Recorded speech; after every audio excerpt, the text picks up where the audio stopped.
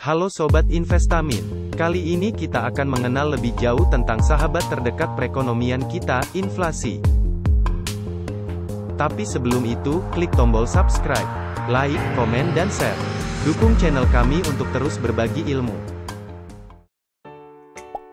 Sejak anak-anak, kita sudah diajarkan untuk mengelola uang.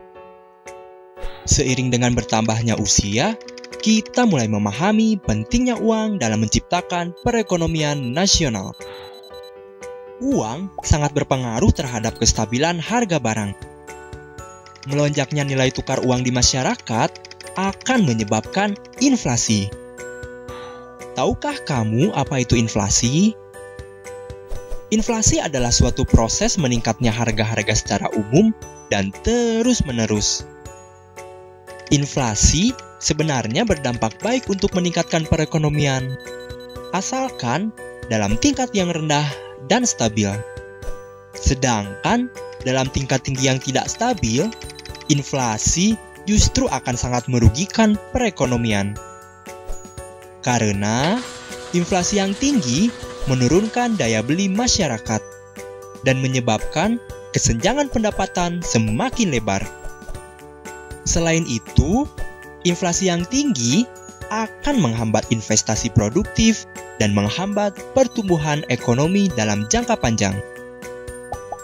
Inflasi yang tinggi yang pernah terjadi di Indonesia adalah sebesar 77,63%, yaitu pada saat krisis ekonomi tahun 1998. Pada saat itu, rakyat benar-benar sedang diuji. Bayangkan saja, seluruh harga barang-barang terus melonjak naik. Jika pagi hari harga beras adalah Rp2.500 per kilogram, maka pada siang hari harga beras bisa mencapai Rp5.000 per kilo, bahkan lebih.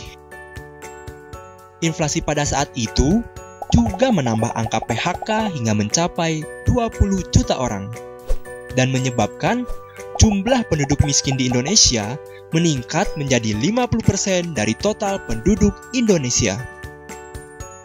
Besar sekali kan dampak yang ditimbulkan oleh inflasi yang tinggi?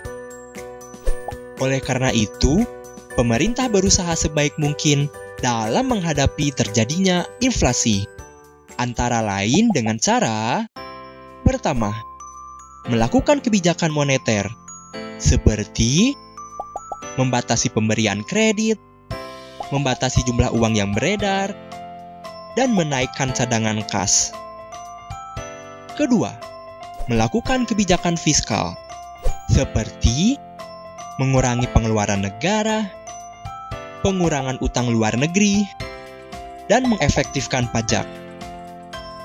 Selain pemerintah, masyarakat juga dapat ikut mendukung pemerintah dalam menghadapi inflasi, yaitu dengan membeli produk yang sesuai kebutuhan, berinvestasi, serta mencintai rupiah dan produk dalam negeri.